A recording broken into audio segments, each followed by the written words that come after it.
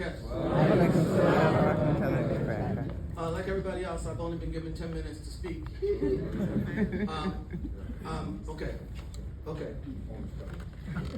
right, so what I want to do though, first of all, I've been asked to talk, give a word of sort of counsel or advice to the community. There have been those who've spoken to the students. And by the way, I want to say, you guys are good, man. You're really radiant, mashallah. What I wanna say to the community is the following. A few points. I think that as we sit here in this room on this particular occasion, it's really important for us to have a sense of historical consciousness of where we are in the history of ourselves as a community. And I know that a lot of people in here might not have the historical trajectory that others in this room have. But I think it's really important to understand, sometimes communities pray for miracles.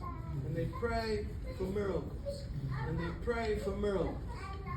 And then when the miracle comes, they don't even recognize it. And what we have to do is we have to recognize that what we are seeing in the development of Islam in America, and let me say, and I don't mean to exclude anyone, this is a focus, not an exclusion, all right? And let me say, Islam in the Black American community.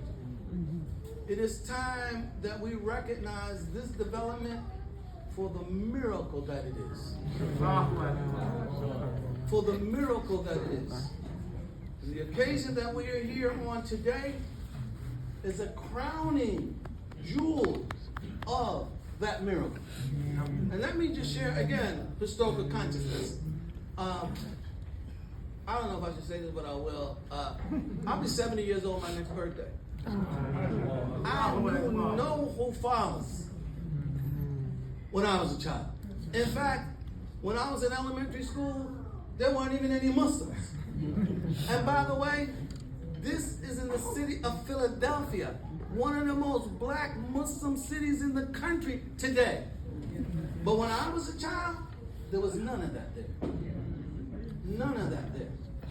All right? And as I've said before, on the day when I was born, if you had told my parents who were holding this little handsome young man in their arms that one day he's going to grow up to be a Muslim, that you're going to visit his home and your granddaughters are going to be wearing scarves and your grandchildren are going to be praying in this strange language, that the city that you live in was going to be teeming with Muslims, that at one point the most famous human being on the planet would be a black American named Muhammad Ali.